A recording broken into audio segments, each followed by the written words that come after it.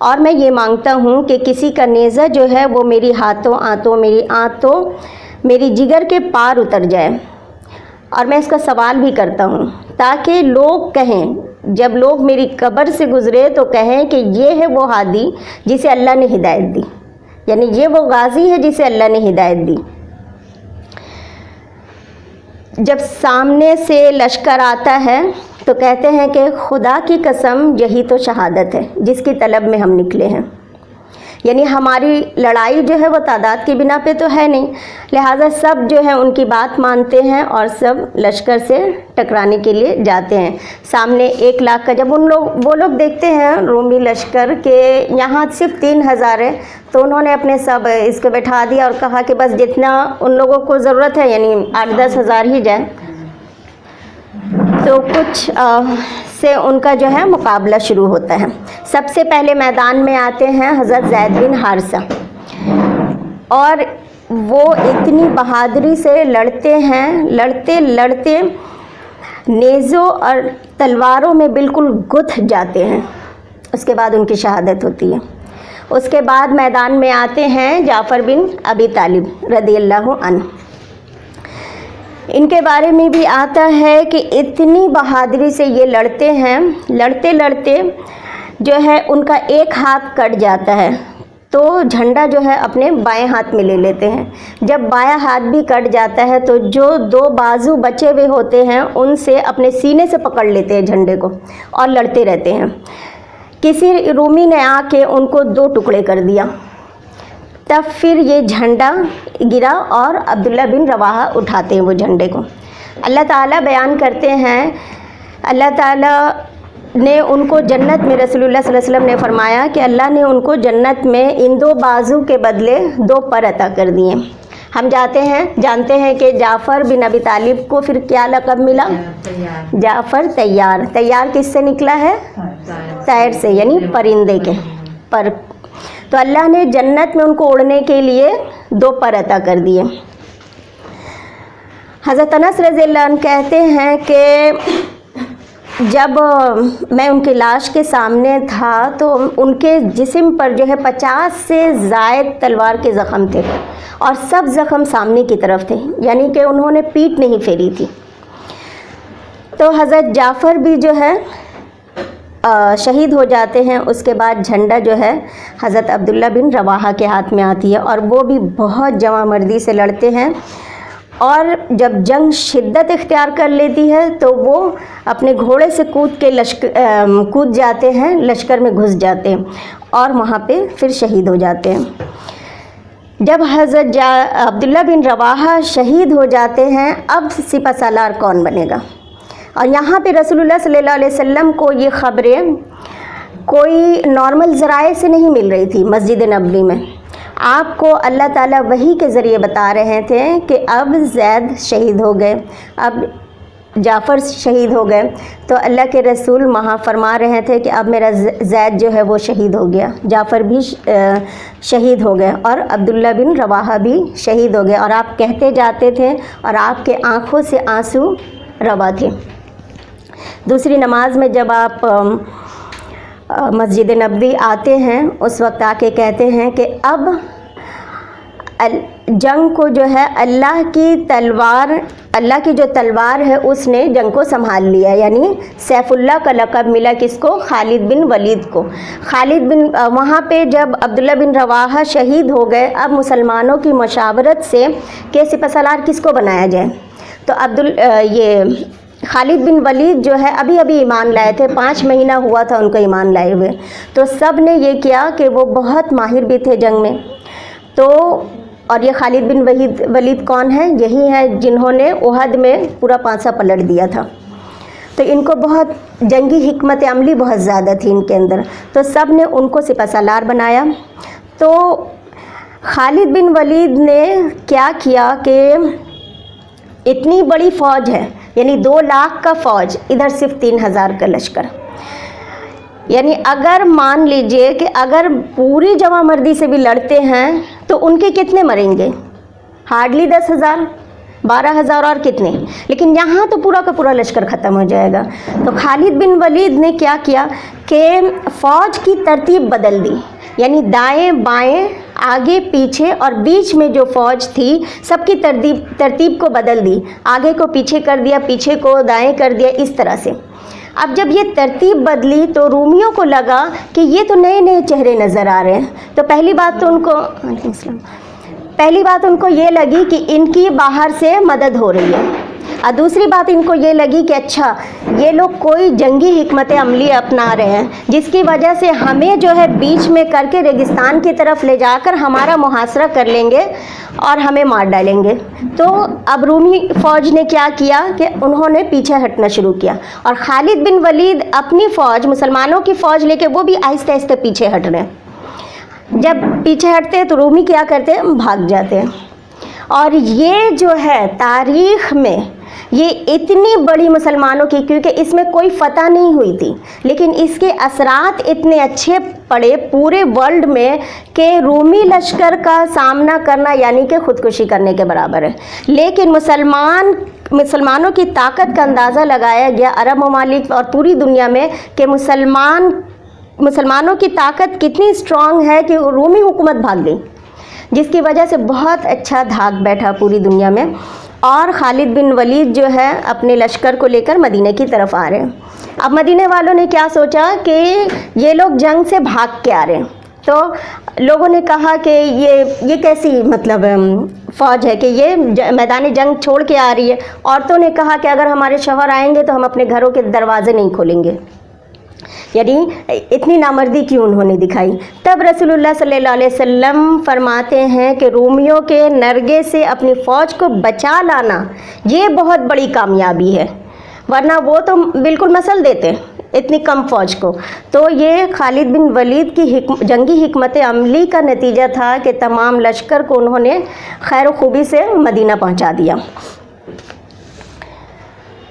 تو اس جنگ کے بعد کیا ہوا کہ اب عیسائی ممالک میں فتوحات کا سلسلہ جو ہے وہ شروع ہو گیا. اب ہم کیا دیکھتے ہیں, اس کے بعد جو دوسری چیز پیش آئی وہ یہ کہ صلح حدیبیہ کے بعد ہونا تو یہ چاہیے تھا کہ امن سے رہیں گے, کوئی کسی کے ساتھ نہیں لڑے گا. ہمیں پتہ ہے کہ دو قبائل تھا, ایک بنو بکر تھا اور ایک بنو خزاع. تو بنو خزاع کس کا حلیف تھا, مسلمانوں کا, اور بنو بکر قریش کا حلیف تھا. بنو بکر اور بنو خزاع کا اس میں یہ ہمیں جان کے رکھنا ہے کہ جو ان قبیلوں کے ساتھ ہوگا وہی مسلمانوں اور قریشیوں کے ساتھ ہوگا, یعنی دونوں حلیف ہیں. تو بنو بکر اور بنو خزاع جو تھے ان کی پہلے بہت دشمنی تھی. تو بنو بکر نے اتنی شرارت شروع کی, انہوں نے کیا کیا کہ رات کے وقت بنو خزاع میں جا کے حملہ کرتے, اور بنو خزاع جو ہے وہ چوکنے رہتے تھے. جب یہ لوگ حملہ کرنے آتے تو وہ بنو بکر کو مار دیتے, یعنی جو حملہ کرنے آتا وہی مارا جاتا. ایک بار انہوں نے حملہ کیا, مارا گیا. دوسری بار حملہ کیا, دوسری بار بھی بنو خزاع نے انہیں مار دیا.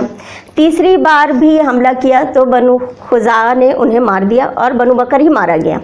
اب یہ لوگ جو ہے طیش میں آ گئے اور قریش کے پاس جا کے کہتے ہیں کہ ہمارے بندوں کو انہوں نے مار دیا, تو ہم تو حلیف ہیں. تو قریش کہتے بھی ہیں کہ شرارت تو تم نے کی تھی, یعنی تم نے وعدہ خلافی کی. تو وہ کہتے نہیں, جو بھی ہے آپ ہمارے حلیف, آپ کو ساتھ دینا ہوگا. تو وہ کہتے ٹھیک ہے ہم ساتھ دیں گے.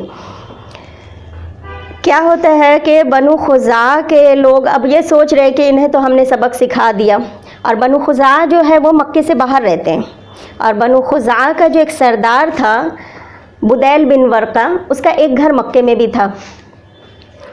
تو بنو خزاع کے 23 نوجوان حرم میں آتے ہیں طواف کرنے کے لیے, اور یہ قریش اور بنو بکر مل کے ان کو جو ہے قتل کرنے کے لیے بڑھتے ہیں. تو یہ لوگ دوڑ کے جو ہے اپنے سردار کے گھر میں جاتے ہیں, تو گھر نوک کرتے ہیں, اتفاق سے وہ نہیں ہوں گے سردار. تو یہ لوگ پھر واپس حرم میں آتے ہیں کہ حرم میں تو ہمیں یہ لوگ نہیں ماریں گے. لیکن یہ لوگ کیا کرتے ہیں, قریش اور بنو بکر حرم میں ان 23 کے 23 نوجوانوں کو قتل کر دیتے ہیں. جب یہ واقعہ ہو جاتا ہے تو بنو خزام کا ایک آدمی رہتا ہے بنو سالم، تو سالم ایک شاعر رہتے ہیں.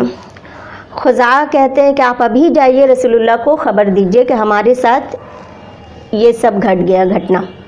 تو یہ جو ہے 6 دن کا سفر 3 دن میں کر کے یعنی تیزی سے مدینہ پہنچ جاتے ہیں اور وہاں جا کر مرثیہ پڑھتے ہیں اور کہتے ہیں کہ ہاں آپ ہمارے حلیف ہیں، آپ سے اچھا فیصلہ، یعنی کہ شعر میں وہ کہتے ہیں کہ کوئی نہیں کر سکتا، اور ہمارے 23 نوجوان کے سر کٹے ہیں حرم میں، کٹے ہوئے پڑے ہیں، تو ہمیں آپ سے مدد کی امید ہے. اللہ کے رسول کہتے ہیں نصرت یا سالم، تیری مدد کی جائے گی، سالم تیری مدد کی جائے گی. 3 بار دہراتے، یعنی جوش میں آ جاتے اللہ کے رسول بھی کہ اتنا بڑا مطلب دھوکہ کہ صلح حدیبیہ میں کیا ہوا تھا کہ ہم لوگ صلح میں رہیں گے، 10 سال کوئی جنگ نہیں ہوگی، لیکن یہ تو دھوکہ ہی ہے. تو اس کے بعد جو ہے بنو خزاع کا جو سردار بدیل بن ورقہ وہ بھی نکلتے ہیں اور وہ بھی جا کے اللہ کے رسول کو یہ خبر پہنچاتے ہیں کہ ہمارے ساتھ یہ سب کچھ ہوا.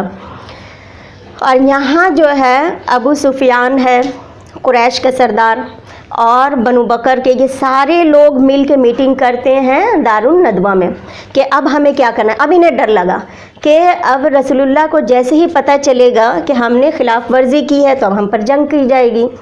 تو انہوں نے کہا ابو سفیان کو کہ ابو سفیان تم جاؤ معاملہ کو حل کرو، تم ہی سب سے بڑے سردار ہو. اور ابو سفیان کے لیے تو یہ بہت ہی مشکل ترین معاملہ ہو گیا. ابو سفیان وہاں سے بھاگے اور مدینے کی طرف آ رہے ہیں. مدینے کی طرف جب وہ آ رہے ہیں تو دیکھتے ہیں کہ بدیل بن ورقہ جو ہے وہ مکے کی طرف جا رہے ہیں. تو وہ کہتے ہیں کہ کیا تم رسول اللہ سے مل کے آئے ہو؟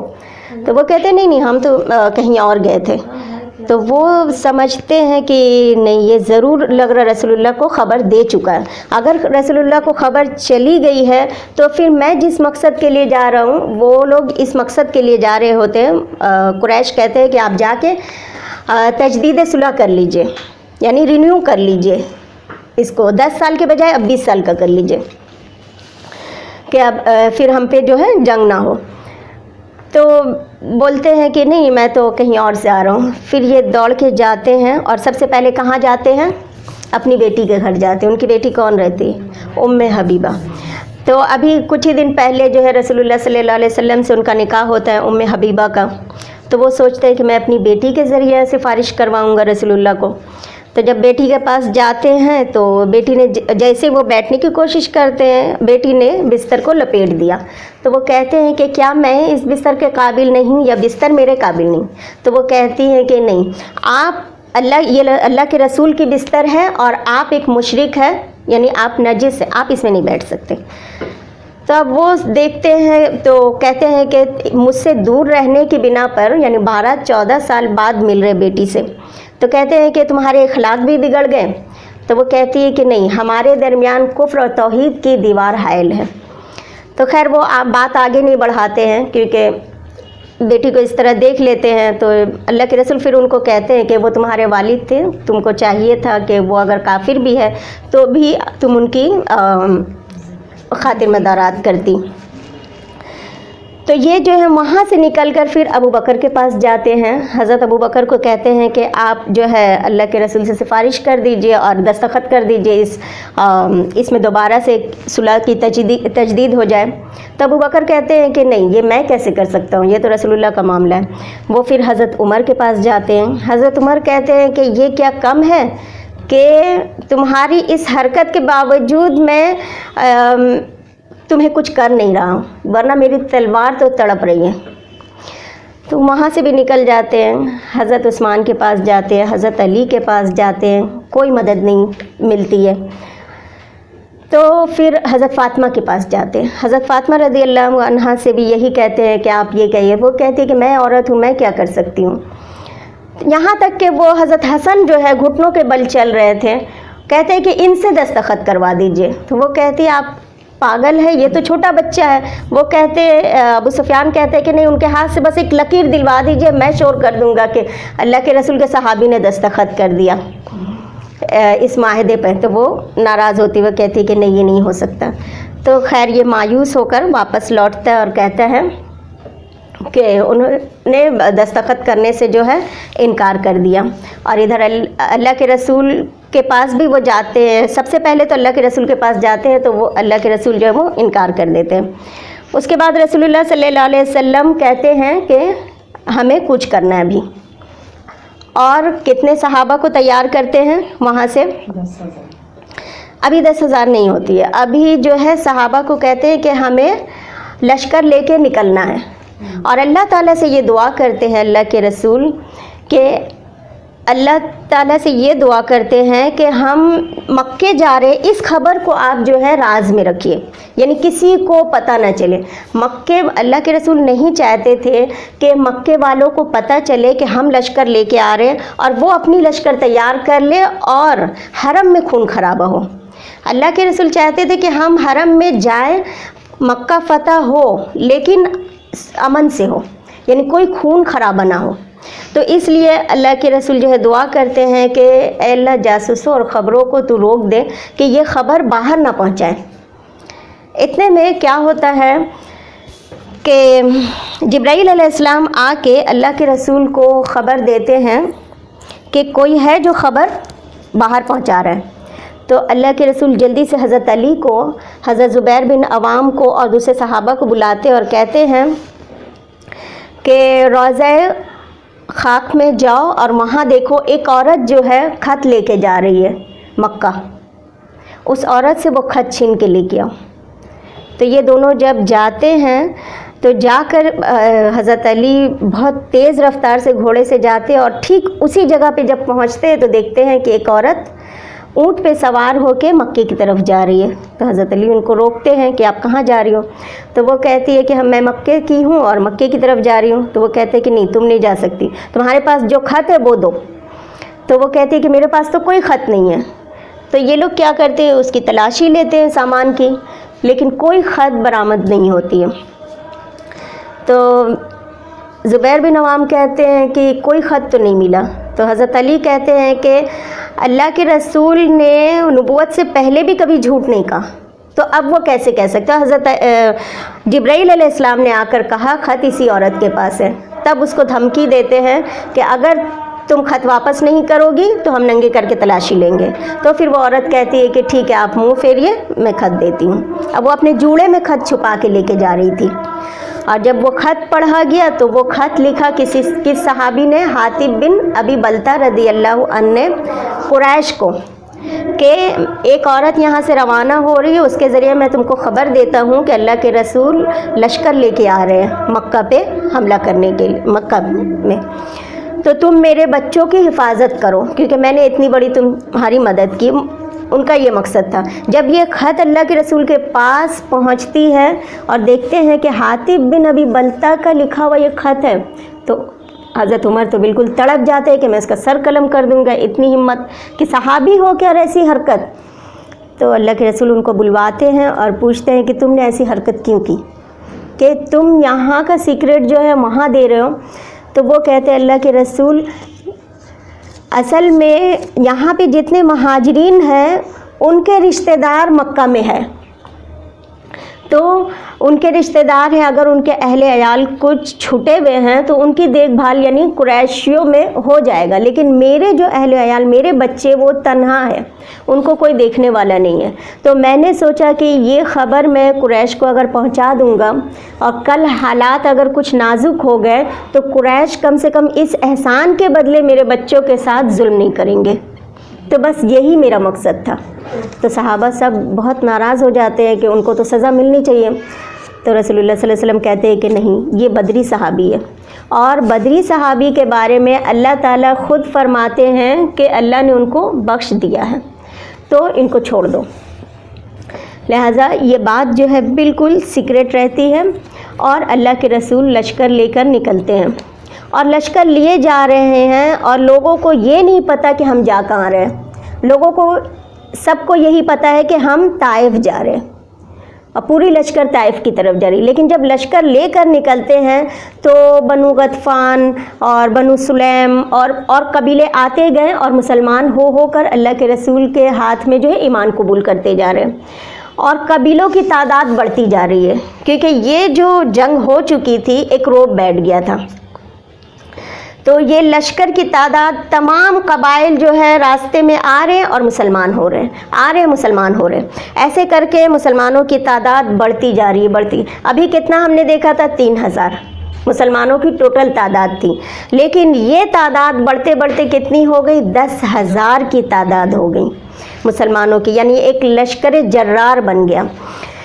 تو جب جہاں پہ ڈیرہ مرز زہران کے مقام پہ اللہ کے رسول جو ہے وہاں پہ ڈیرہ ڈالتے ہیں، پڑاؤ ڈالتے ہیں تمام لشکر وہاں پہ، اور ہوتا یہ ہے کہ حضرت عباس جو آپ کے چچا تھے اپنی پوری فیملی کے ساتھ وہ مدینے کی طرف آ رہے ہیں، تو جب وہ آ رہے ہیں تو یہاں پہ تمام جو لشکر تھا سب کے ہاتھ میں ایک الاؤ تھا، یعنی آگ جل رہی تھی، تو سب نے پوچھا کہ کون ہے، تو دور ہی سے حضرت عباس جو ہے وہ چلا دیتے ہیں اشہد ان محمد رسول اللہ، تو رسول اللہ بہت خوش ہو جاتے ہیں کہ یہ تو میرے چچا ہے اور یہ ایمان لے آئے ہیں، اسلام انہوں نے قبول کر لیا، تو آپ صلی اللہ علیہ وسلم کو بہت خوشی ہوتی ہے کہ میرے چچا نے ایمان قبول کر لیا، تو ان کو بلاتے ہیں اندر، اور آپ کے پاس آتے ہیں ان کے چچا اور آ کے کہتے ہیں کہ یا رسول اللہ یہ فوج جو ہے یہ تو اتنی بڑی فوج ہے، اور اگر یہ فوج مکے میں گھس گئی تو مکہ کا ایک بچہ بھی نہیں بچے گا، یعنی اتنی بڑی فوج ہے کیسے مکہ میں کوئی بچے گا، تو اللہ کے رسول مکہ کو امان دے دیجئے، تو رسول اللہ کہتے ہیں کہ کہاں کوئی امان اگر مانگتے ہی نہیں، اگر جو امان مانگے تو میں اس کو امان دوں، تو وہ کہتے ہیں کہ آپ مجھے اجازت دیجئے میں ابو سفیان سے بات کرتا ہوں، تو رسول اللہ کہتے ہیں ٹھیک ہے، لیکن حضرت عباس کہتے ہیں کہ مجھے لیکن کوئی نشانی دے دیجئے ورنہ کوئی بھی قتل کر دے گا، سوچے گا کہ مکے کا ہوں تو کوئی قتل کر دے گا، تو اللہ کے رسول اپنی جو کھچر ان کی رہتی ہے دلدل وہ دیتے ہیں اپنے چچا کو کہ آپ اس کو لے کے جائیے، تو آپ لے کے نکلتے ہیں اور مکے کی طرف جا رہے ہیں، اور مکے میں ابو سفیان اور حکیم بن حزام، کون ہے یہ، خدیجہ کے بھتیجے، حضرت خدیجہ کے بھتیجے، حکیم بن حزام ہے، ابو سفیان ہے، اور ایک دو لوگ جو ہے وہ لوگ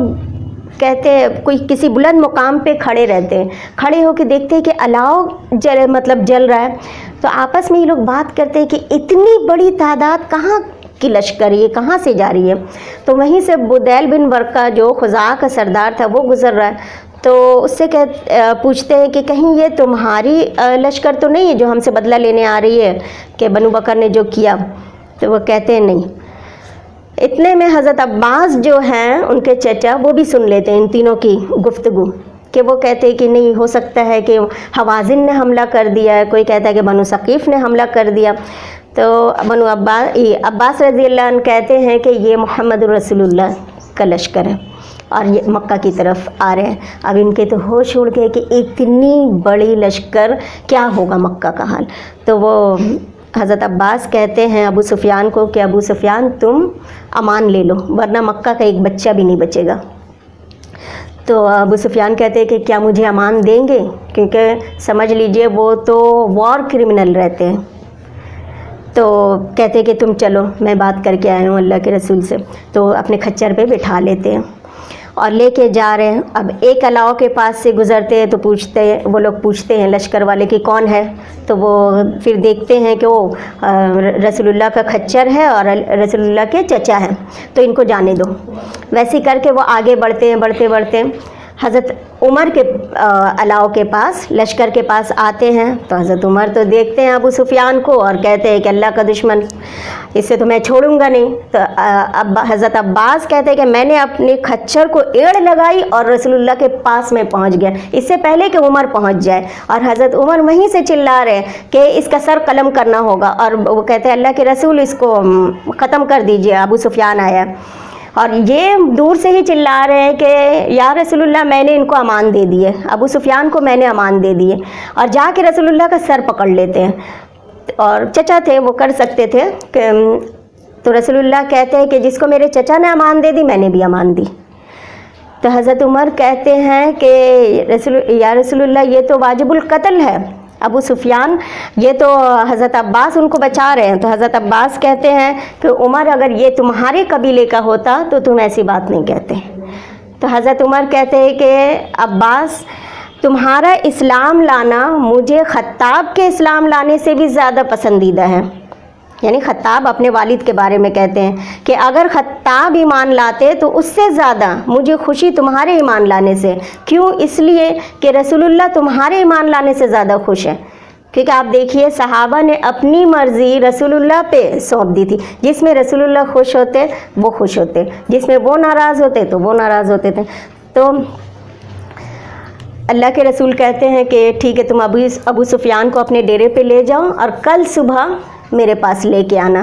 تو جب کل صبح ہوتی ہے تو ابو سفیان کو لے کے حضرت عباس پہنچتے ہیں رسول اللہ کے پاس. تو رسول اللہ کہتے ہیں ابو سفیان سے کہ ابو سفیان تم پر افسوس ہے کہ تم نے اب تک نہیں جانا کہ اللہ کے سوا کوئی معبود نہیں ہے. تو ابو سفیان کہتے ہیں کہ میں گواہی دیتا ہوں کہ اللہ کے سوا کوئی معبود نہیں. اگر کوئی معبود ہوتا تو اب تک ہمارے کچھ تو کام آ جاتا. تو ہم مانتے ہیں کہ اللہ ہی معبود ہے. تو اللہ کے رسول کہتے ہیں کہ تم پر افسوس ہے کہ ابھی تک تم نے یہ نہیں جانا کہ میں اللہ کا رسول ہوں. تو ابو سفیان کہتے ہیں کہ آپ بہت حلیم ہے، آپ بہت کریم ہے، مگر ابھی تک میرے دماغ میں کھٹک ہے. تو حضرت عباس کہتے ہیں کہ اس سے پہلے کہ تمہارا سر قلم کر دیا جائے نہ دماغ رہے گا نہ خیالات رہیں گے. تو اس سے پہلے سر قلم کر دیا جائے تم اسلام قبول کر لو. تو ابو سفیان وہاں پہ اسلام قبول تو کر لیتے ہیں، لیکن وہ جیسے کہتے ہیں نا کہ کھٹک ہے، تو یہ دل سے ایک دم پوری طرح اسلام قبول نہیں کرتے ہیں. یہ ان کا اسلام بعد میں جو ہے بہت خوبی والا اسلام بن جاتا ہے، اور اللہ کے رسول خود ان کو جنت کی بشارت دیتے ہیں بار بار کہ یہ حمزہ کا بدل ہو سکتا ہے ابو سفیان. یعنی ان کا اسلام اتنا پکا ہو جاتا ہے بعد میں. جب ان کی موت کا وقت آتا ہے تو جو عورتیں روتی ہیں تو وہ کہتے ہیں کہ مجھ پر مت رو، کیونکہ اسلام لانے کے بعد میں نے کوئی گناہ کی بات نہیں کہی ہے. یعنی ان کو اتنا کانفیڈنس ہو جاتا ہے، اتنے پکے ایمان والے بن جاتے ہیں. لہٰذا وہ جو ہے اسلام قبول کر کے اللہ کے رسول حضرت عباس کو کہتے ہیں کہ اب ہمارا لشکر یہاں سے کوچ کرے گا مکے کی طرف. تم ایک کام کرو، ابو سفیان کو پہاڑی کے تنگ ناکے کے پاس لے جا کے کھڑا کر دو، اور اس کو جب ہمارا لشکر گزرے اس کو دکھاؤ. یعنی کتنی بڑی لشکر ہے وہ دکھانا چاہتے تھے اللہ کے رسول. تو حضرت عباس ان کو اوپر بلند مقام پہ لے جا کے کھڑے کر دیتے ہیں، اور وہ دیکھتے ہیں کہ الاؤ جو ہے وہ گزر رہا، اور ہر قبیلہ گزرتا تو پوچھتا عباس یہ کون سا قبیلہ ہے؟ تو وہ کہتے ہیں کہ بنو سلیم ہے اور فلاں ہے. اور وہ دیکھتے ایک بار جب دیکھتے ہیں کہ صرف لوہا کا زرہ پہن کے ہی لوگ نظر آ رہے ہیں، تو کہتے ہیں کہ ان کے بیچ کون ہے؟ تو حضرت عباس کہتے ہیں کہ ان کے بیچ رسول اللہ صلی اللہ علیہ وسلم ہے. تو وہ کہتے ہیں کہ تمہارے بھتیجے کی بادشاہت تو بہت بلند ہے، بہت عظیم ہو گئی ہے. تو وہ کہتے ہیں بادشاہت نہیں، نبوت. تو وہ کہتے ہیں ہاں اب یہی کہہ سکتے ہیں. لہٰذا پھر وہ وہاں سے گزرتے ہیں اور گزر کر اپنی قوم میں جاتے ہیں، قریش میں، اور جا کے قریشیوں کو کہتے ہیں کہ ہم پر حملہ محمد صلی اللہ علیہ وسلم جو ہے لشکر لے کے آ گئے، اب ہمارے قریش کا ایک بچہ بھی نہیں بچ سکتا، بس میں نے جا کے امان لے لی ہے. تو تم لوگ میرے گھر میں اس وقت جب لے کے آ رہے تھے ابو سفیان کو، تو حضرت عباس نے رسول اللہ سے مطالبہ کیا تھا کہ ابو سفیان جو ہے سردار آدمی ہے، تو آپ ان کو کوئی شرف بخش دیجئے. تو اللہ کے رسول نے کہا کہ ٹھیک ہے، آپ یہ کہیے کہ ابو سفیان کے گھر میں جو چلا جائے گا اس کو امان ہے، یعنی اس کو قتل نہیں کیا جائے گا. تو ابو سفیان کہتے ہیں کہ یا رسول اللہ میرا گھر تو اتنا بڑا نہیں کہ سارے قریش اس میں سما جائے. تو اللہ کے رسول کہتے ہیں کہ ٹھیک ہے، جو حرم میں چلا جائے گا اس کو بھی امان ہے.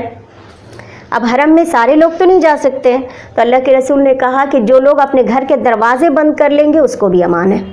یعنی 3 آپشن اللہ کے رسول نے دے دیا.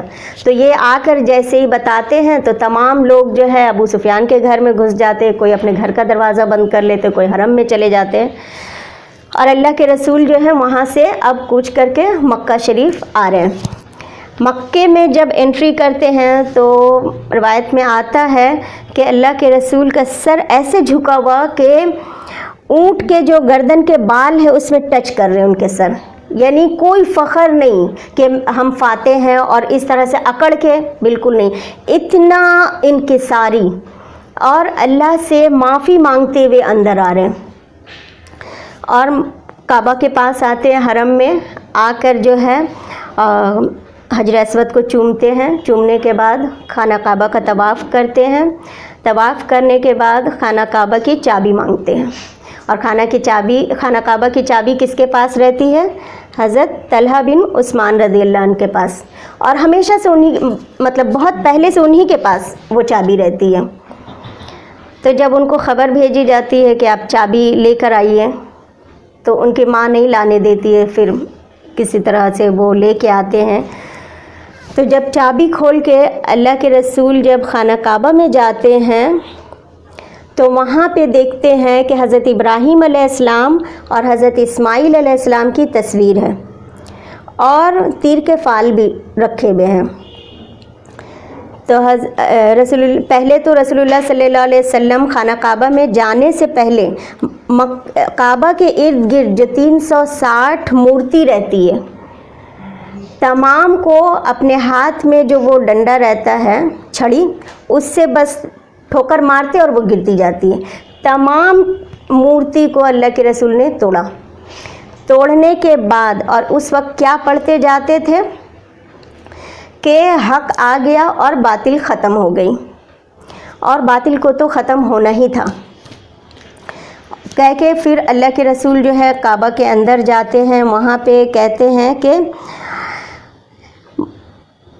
غارت ہو مشرک کہ انہوں نے جو ہے حضرت ابراہیم اور حضرت اسماعیل علیہ السلام کے پاس تیر کے فال رکھے، جبکہ انہوں نے کبھی تیر کے فال نہیں دیکھے تھے. لہذا ان کی جو تصویریں تھیں ان تصویروں کو مٹا دیا گیا. اور جو ہے اللہ کے رسول نے خانہ کعبہ کے اندر نماز ادا کی. نماز ادا کرنے کے بعد ان کے ساتھ کون تھے؟ اسامہ بن زید تھے اور حضرت بلال تھے.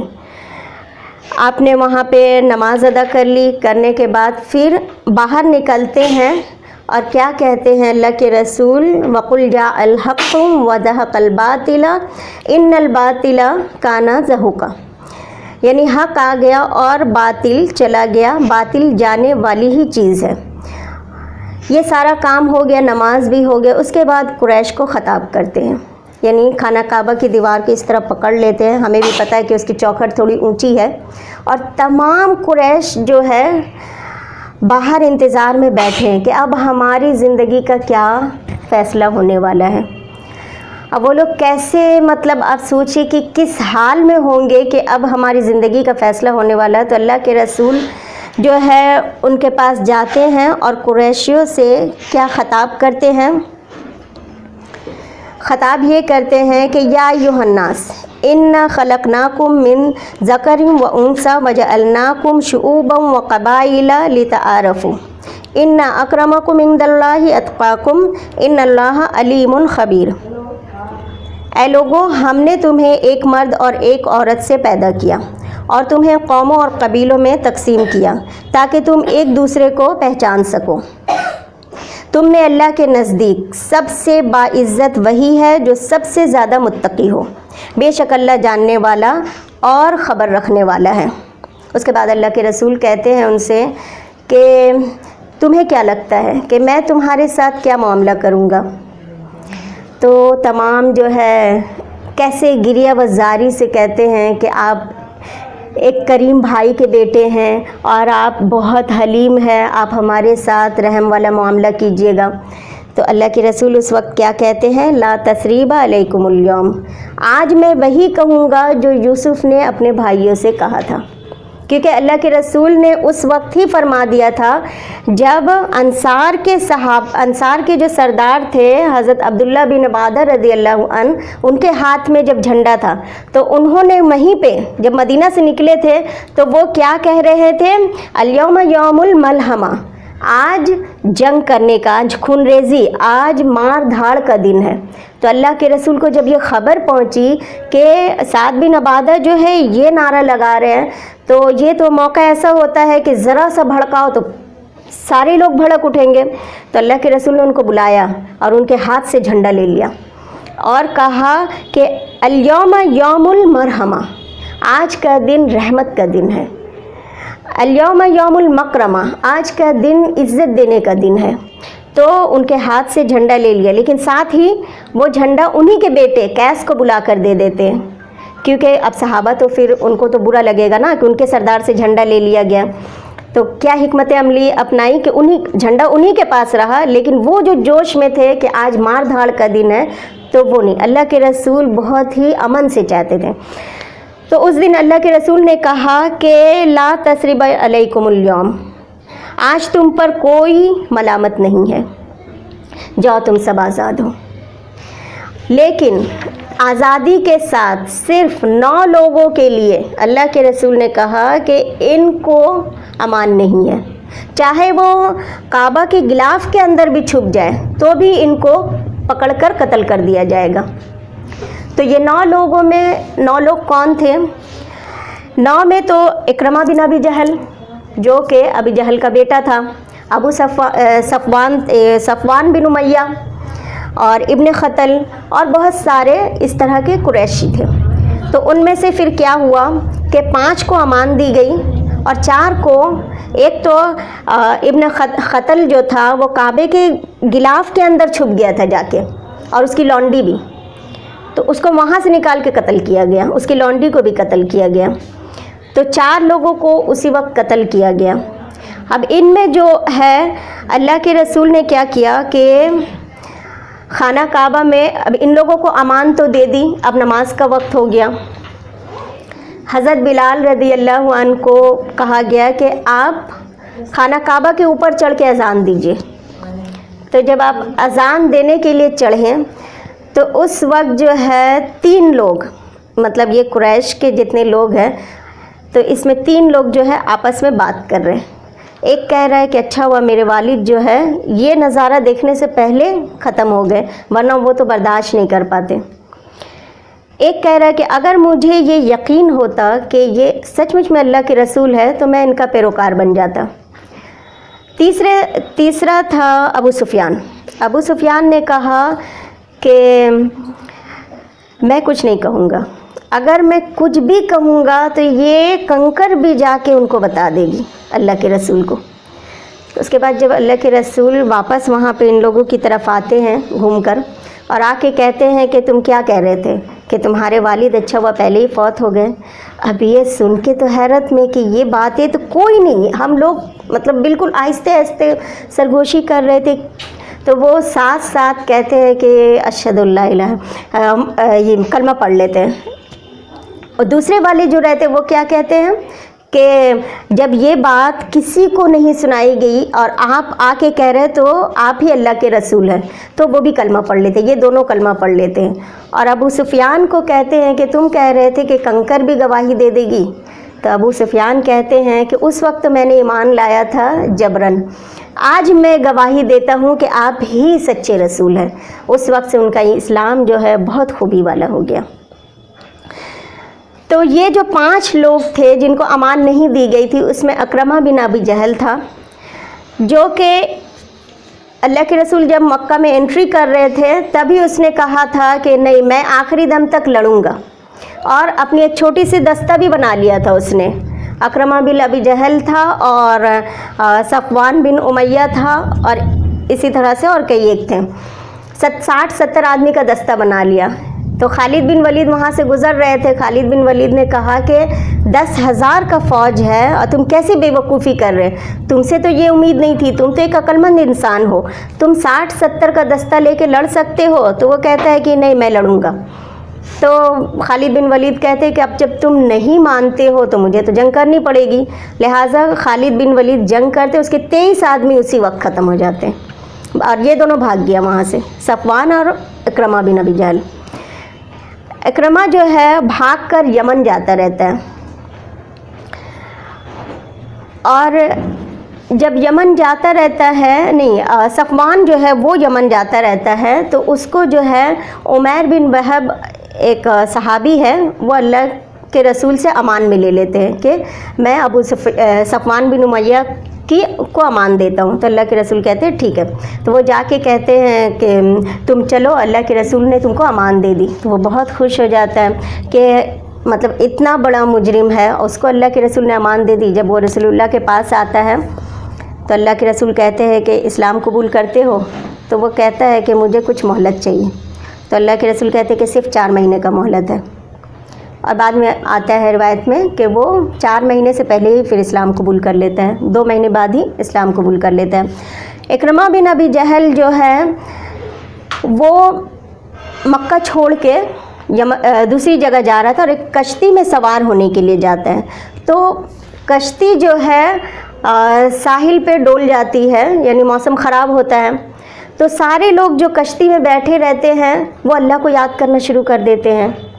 تو اکرمہ کے دل میں خیال آتا ہے کہ یہی بات تو محمد رسول اللہ کہتے ہیں کہ ابھی تو کوئی لات اور عزا کو یاد نہیں کر رہا، سب تو ایک اللہ کو ہی یاد کر رہا ہے. تو ایمان اس کے دل میں وہاں پہ جڑ پکڑتا ہے. اتنے میں اس کی بیوی آ کے کہتی ہے کہ میں نے رسول اللہ سے امان لے لی، تم چلو. لہٰذا وہ جاتا ہے، رسول اللہ اس کو بھی امان دے دیتے ہیں. اس کے بعد اللہ کے رسول جو ہے ایک کے بعد ایک مردوں سے بیعت لیتے ہیں وہاں پہ. اور کتنے دن قیام کرتے ہیں مکہ میں؟ 19 دن. اور مردوں سے بیعت لیتے ہیں. تمام مرد جب بیعت لے لیتے ہیں، اب عورتوں سے بیعت لینے کی باری آئی. تو اللہ کے رسول اوپر ہیں، نیچے میں جو بات آپ کہہ رہے ہیں اسی کو دہرا رہے ہیں حضرت عمر، اور عورتوں سے بیعت ہو رہی ہے. تو ہند جو تھی، ہندہ کون تھی؟ ابو سفیان کی بیوی تھی، جس نے حضرت حمزہ کا کلیجہ چبانے کی کوشش کی تھی. وہ بھی جو ہے کس میں تھی کہ اس کو امان نہیں ملے گی، یعنی واجب القتل ہے وہ. اور وہ کیا کرتی، بھیس بدل کے آ کے شامل ہو جاتی ہے عورتوں میں بیعت لینے میں، اور بیعت لے لیتی ہے. اور اللہ کے رسول پھر اس وقت جو ہے کہتے ہیں کہ اللہ کے سوا کوئی معبود نہیں، اقرار کرتی ہے. اس کے بعد اللہ کے رسول کہتے ہیں کہ دیکھو تم لوگ چوری نہ کرنا. تو وہ کہتی ہے کہ اللہ کے رسول اگر کسی کا شوہر میرا شوہر بہت بخیل ہے، مجھے خرچ کے لیے پیسے نہیں دیتے، اگر میں اس کے جیب سے پیسے چرا لوں تو اللہ کے رسول کہتے ہیں کہ تم ہند ہو؟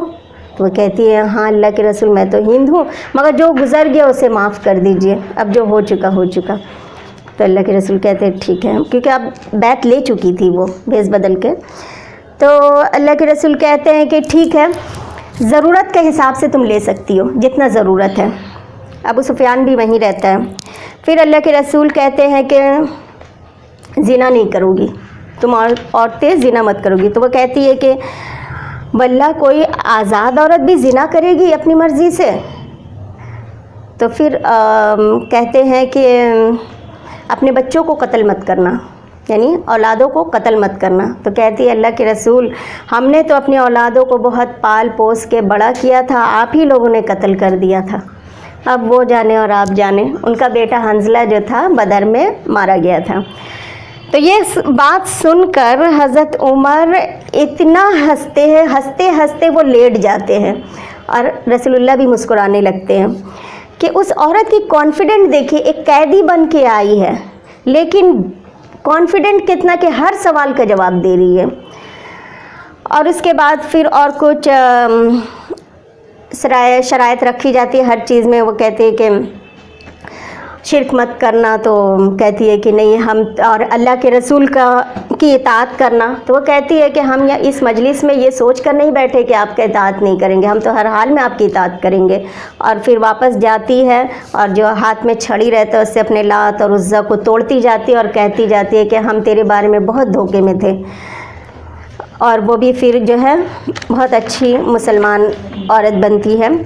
اس دوران میں کیا ہوا، جو انصار، اب صرف مہاجرین تو نہیں ہے نا وہاں پہ، انصار بھی ہے ساتھ میں. اب انصار دیکھ رہے ہیں کہ اللہ کے رسول اپنے لوگوں میں آ گئے. اب ان کے دل میں یہ آ رہا ہے کہ لگ رہا ہے اللہ کے رسول اب ہمارے ساتھ واپس نہیں جائیں گے. تو جب آپ کو یہ خبر ہوتی ہے تو آپ ان کو بلا کے کہتے ہیں کہ دیکھو میرا جینا اور مرنا تمہارے ساتھ ہے، لہٰذا میں ضرور تمہارے ساتھ واپس جاؤں گا۔ یہیں تک رہنے دیجیے، نیکسٹ ویک انشاءاللہ ہم لوگ بنو حوازن اور بنو ثقیف کے بارے میں پڑھیں گے، اور یہ پڑھیں گے کہ اللہ کے رسول کی سخاوت، اس کے بارے میں ڈسکس کریں گے۔ آج یہیں تک فتح مکہ تک رہنے دیتے ہیں، اور اس طرح 8 ہجری میں رمضان کے مہینے میں مکہ فتح ہوتا ہے۔ وآخر دعوانا ان الحمد للہ رب العالمین، سبحان اللہ وبحمدہ، سبحانک اللہم وبحمدک، نشہد ان لا الہ الا انت، نستغفرک ونتوب الیک۔ والسلام علیکم ورحمۃ اللہ وبرکاتہ۔